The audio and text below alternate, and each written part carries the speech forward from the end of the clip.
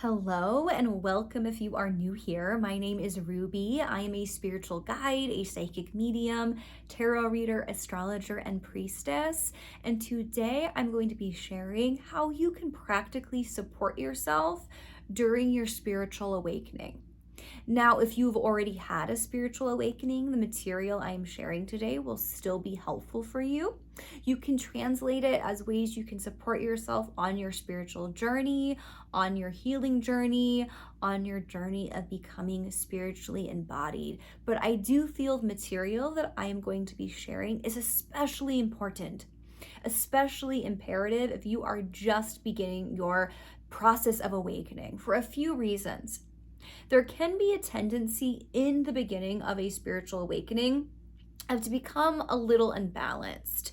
And we see a lot of information from spiritual gurus that I feel almost, I don't think on purpose, but can perpetuate this desire when you are just beginning a spiritual journey to maybe open your third eye as much as possible, and in the process become ungrounded. Now, the most extreme case of this is people that we see that tumble into a spiritual awakening, and then they have to deal with psychosis, and that might even keep them from exploring the spiritual path later on. They jump in too quick. They overly focus on activating their spiritual gifts, opening their third eye, and in the process become unbalanced and ungrounded. So everything I'm going to share with you today will help you avoid that.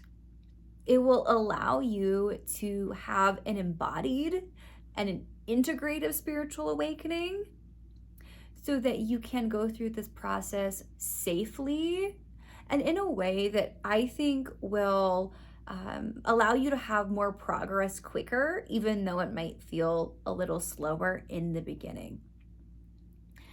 A true spiritual path is one that is a middle path. So instead of swinging from extremes, we learn how to be in what DBT therapy calls a wise mind. So we are honoring our intellectual processes, and we're also honoring our emotional world. We're truly in our center. And from that place, we have so much more spiritual power, actually, than if we become unbalanced in just wholly focusing on the higher spiritual centers.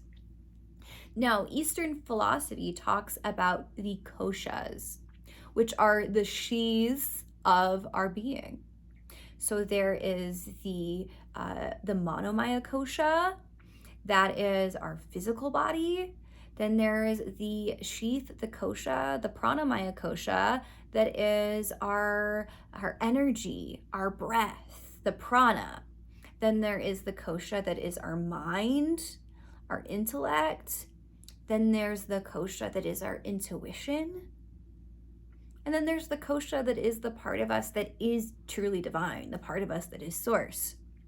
So when we're talking about a spiritual awakening, we are talking about integrating all of the koshas, all of the energy centers. We're not just focused on the intuition. We're not just focused on the part of us that is divine, but we are holding space and again, integrating all levels of our being. Now, my first piece of advice for you, if you are going through a spiritual awakening, is to not neglect the physical body. And something that I feel is imperative on the spiritual path is having a high vibrational or high frequency diet. Now, you can be spiritual and you can be spiritually open and treat your body like garbage and eat low frequency foods. Having a high vibrational diet helps in sustaining the body and the pranamaya kosha, the aspect of ourself that is our Kundalini and our energy centers. Now, what do I mean by a high vibrational diet? It's more balanced than what some people are going to tell you that are in my line of work. To me, a high vibrational diet is a diet that is nutrient rich and low on processed foods. So lots of vegetables, lots of fruit, whole fibers, ancient grains. If you look at the ingredient list, you're looking at minimal processing. Now, a lot of people are going to ask me, does this include meat? I was vegan for 12 years. Being vegan really helped me heal a disordered relationship with food that I picked up ancestrally, was programmed into me by my own mother. So, I really struggled with disordered eating until I implemented a vegan diet when I was in my early 20s. Implementing a vegan diet helped me with some initial health issues that I was suffering from. And what it really did was it shifted my relationship with food, where I was thinking of it in a more holistic, spiritual context. And that gave me the ability to eat intuitively, which we'll talk about in a little later on. However, I got really sick in 2020, had long haul COVID, and could no longer sustain a vegan diet. So I now do eat meat. And I think that having a meat-free diet is something that isn't sustainable for every single human body. I do think that there are some human bodies that need to eat meat. Now, I buy the most sustainable and ethical meat that I can. And I encourage you to do that if you can afford it. And I also bless my food when I cook it. I bless my meat when I cook it. Now, I had an ayahuasca journey where ayahuasca showed me that some of my repulsion with eating meat, because I was really resistant to meat, even though I knew it was helping me, had to do with my own resistance to death. And that in the current world that we live in, that the cycle of life and death is something that we have such a tense relationship with. But ayahuasca really showed me that it was more spiritual for me in my current moment of being in this current incarnation to eat meat. So my current diet is sustainable, and thankfully I live in a place of the world where sustainable meat is pretty easy to come by. Quality meat that I eat very mindfully and medicinally, and fruits, veggies, and nuts, fibers. I personally can't do gluten and dairy because I have sensitivities, but if you do those things, again, minimally processed. The other part of eating a high frequency, high vibrational diet is checking in with the body and eating intuitively, doing that deep inner listening. So only your body and only you knows what's best for you. There are certain things that you might need more of. Maybe you need more of a certain mineral, a certain vitamin. Your body will lead you in that direction if you listen. This is more connected to a spiritual awakening than you might realize. Because again, there is spiritual consciousness that lives inside of the body. And when we come into a place of honoring the body and eating nutrient-rich foods, we'll have certain psycho-spiritual shifts. It strengthens our energy body. It strengthens the pranamaya kosha, which is instrumental to certain spiritual practices like meditation and channeling. Okay. Now, don't get overly restrictive and overly rigid about this. When I'm at the airport, I'll eat junk food. This is more of a lifestyle change overall. And I see people in the spiritual community get too rigid about this. They're only raw vegan. They're not going to eat anything else. You're allowed to be flexible. The body is very adaptable. But if you are eating the foods that have been given to us by, mainstream collective consciousness and you live in the United States, this will be different for you if you live somewhere else. These foods are meant to keep us in a contracted state of consciousness, in a state of disease. Something that really bothers me about spirituality being so interwoven with like truther alt-right culture is that the conspiracies about our government are right in front of our face. They're not so hidden. And by, engaging in all of this deep truth content, you are oftentimes forgetting the injustices and the conspiracies that are happening right in front of you. And if you live in the United States, our food is designed to make us sick, to keep us in a lower level of consciousness, because that is profitable, because big pharma and the medical industrial complex profits off of that.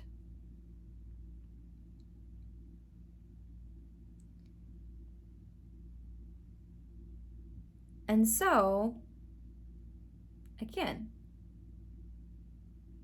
we're talking mind, body, spirit here.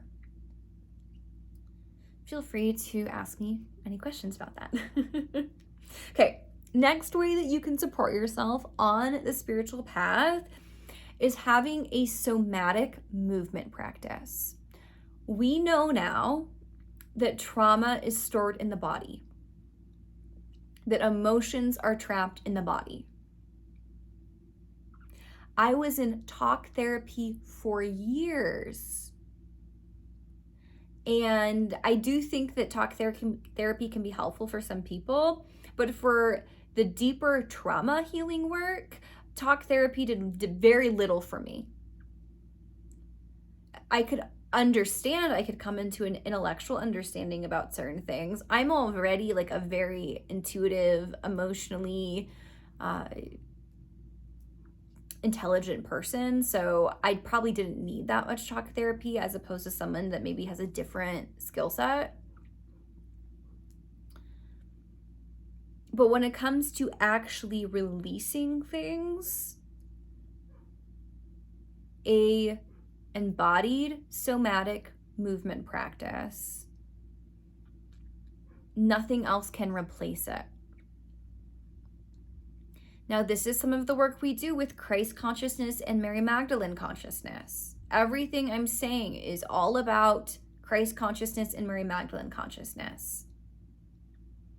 We are bringing spirit into the temple of the body, and in doing so, the body needs a way to release old energy that is trapped and stuck. You can even have past life trauma that has come in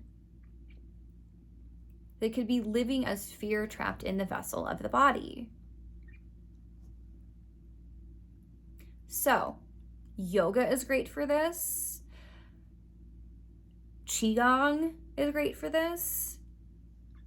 Ecstatic dance is great for this. Tapping is great for this. I believe it's called EFT. Emotional freedom technique. You can even have a regular exercise practice that you're bringing mindfulness and spirituality to and get some of the benefits of this practice. I personally do yoga. I'm also, you can find me at other spiritual movement based, classes and practices. I'm at ecstatic dance a lot. Because I know there's consciousness in my body that I can work with just as much as there's consciousness in higher realms that I can work with. This is how you activate and work with Kundalini. Kundalini energy is divine feminine energy that lives in the body, that lives at the base of the spine, at the Muladhara chakra. And you activate this energy through practices that are somatic, like yoga. And if it activates spontaneously, because sometimes a spiritual awakening is a spontaneous Kundalini activation, you're still going to need to know how to work with that energy.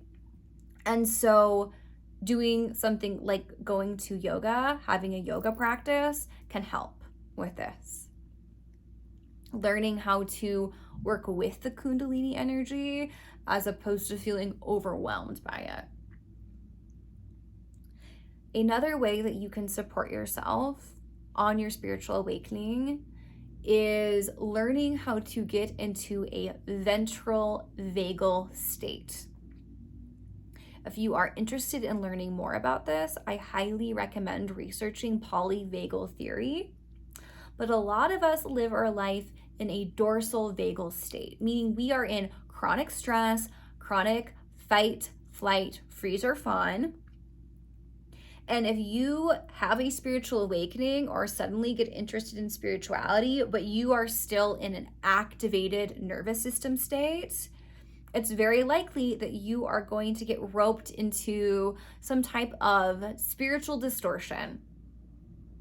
This is where you join a cult. This is where you get all wrapped up in twin flames, something that isn't going to actually serve you and is instead going to feed that chronic stress, chronic anxiety, chronic fight, flight, or freeze. We also can't really access intuition. We really can't access higher spiritual states if our nervous system is freaking out, super activated.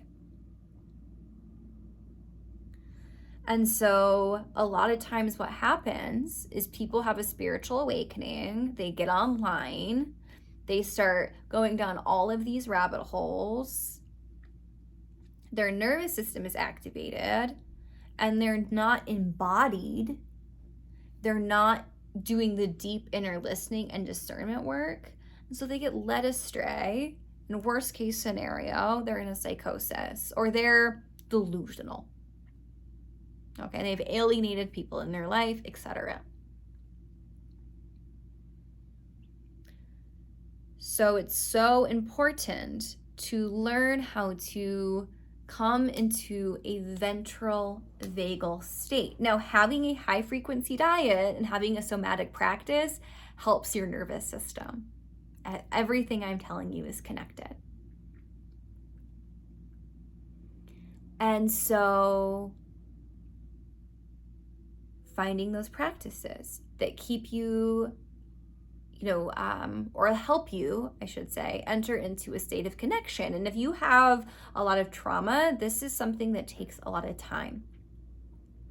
But singing, toning, meditating, those somatic practices that I was sharing, being out in nature, these are all ways that you can come into a calm, relaxed ventral vagal state. And when we come into a ventral vagal state, then we can access those states of higher consciousness. Then we can listen to our guides. Then we can live our life from a state of embodied presence, embodied Christ consciousness. And you can start to learn, okay, I think I'm in an activated state. I think I'm making decisions from an activated state. When we're in an activated nervous system state, that's when we act out our triggers, our traumas, things like that. That's when we stop responding and we start reacting. Now, the last piece of advice I have for you on how to support yourself during spiritual awakening is to build a relationship with your shadow and to understand what your spiritual lessons are. So let me unpack this a little bit. All of us have spiritual lessons. All of us have ways that we are intending to evolve. Now, if you book a natal chart reading with me, I can show you what some of those challenges are for you. What are some of the lessons that you are learning? But you can also assess this for yourself by doing some inner inventory around the challenges in your life, the ways that you repeatedly get tripped up. Okay, so do all of my relationships have this flavor? Do I have this running theme in my life of an area that feels like it's really stuck? Those are the spiritual lessons that you are learning. And situations will arise in your life again and again and again until you start to really learn those lessons. This is some of that Saturnian work, the work we do in releasing our karma and maturing. A lot of us struggle with these lessons, and a common, again, like booby trap I see is that someone has a spiritual awakening, they get sucked into spiritual bypassing culture. So that's like toxic positivity, toxic love and light, new age rhetoric. Or they might even get, dragged into a more institutionalized religion even. This happens there. This happens in a lot of different spiritual environments. They start thinking, okay, now that I am spiritual, nothing bad can ever happen to me. And I'm just going to manifest out of every single difficulty. And I'm going to ignore the challenges in my life. But the challenges in your life are there for a reason. They're there for you to grow and transform. And so I want you to start looking at the reoccurring challenges, the lessons in your life as ways that you are growing and evolving. And instead of feeling victimized by them, think to yourself, okay, this is a video game, and each time I go through this lesson, I'm getting a little bit better. So if your challenge is you self-abandon in relationships and then your relationships fall apart and you're never happy in them, the next time you enter into a relationship, okay, how can I self-abandon a little less? How can I state my boundaries earlier? And you might self-abandon again, because the spiritual lessons they're not easy. We're literally learning them to evolve and grow as a soul, to mature and make progress. And there's so much grace for us, and that we get more than one chance to do this.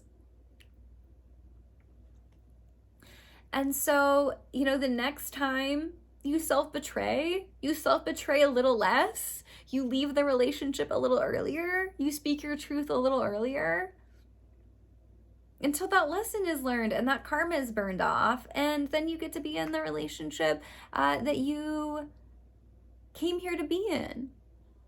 But you have to usually learn the lesson first. You have to clear the karma first. And everyone's karma will be unique to their own soul blueprint. But resist the trap of thinking, okay, now that I'm having the spiritual awakening, all of my problems are going to go away.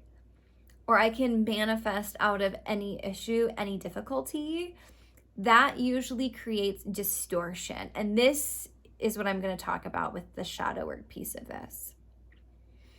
If you don't do your shadow work, if you don't see your own areas of distortion, you are likely to just use spirituality as another way to, what's the word I'm looking for here? I'm trying to not be too harsh. Delude yourself.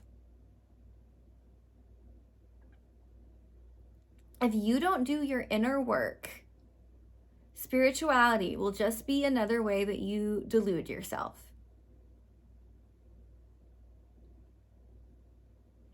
So doing your shadow work is coming into a relationship with yourself, being aware of your unconscious drives and desires and fears and how they tend to run the show in your life.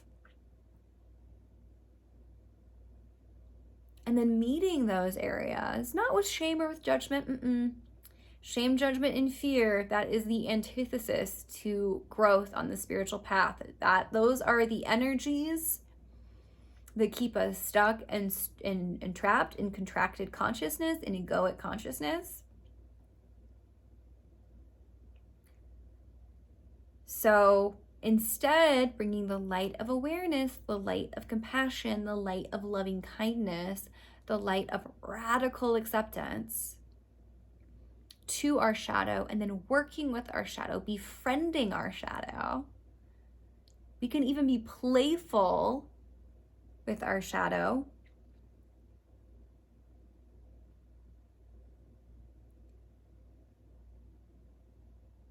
So we can come into more healing and wholeness, more integration. When it comes to healing and wholeness, like, you're already healed, you're already whole. It's about living from a place of light presence, Christ consciousness, as opposed to letting our ancestral wounding, our ancestral programming, our past life programming, our cultural programming, and our fears and lower unconscious egoic needs run our life.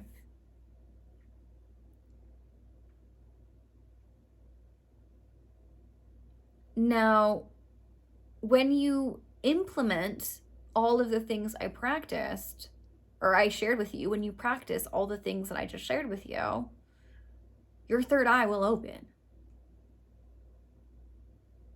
But it will open with discernment.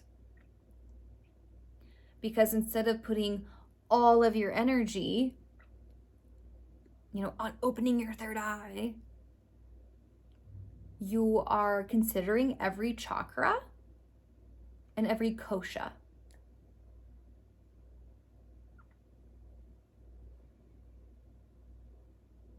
I'm probably more relaxed than you would think about certain things. Like, you're not going to see me online,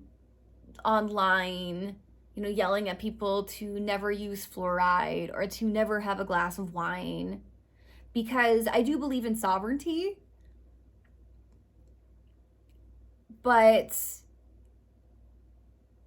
there is something to consciously making a choice to engage in more high frequency activities than low frequency activities.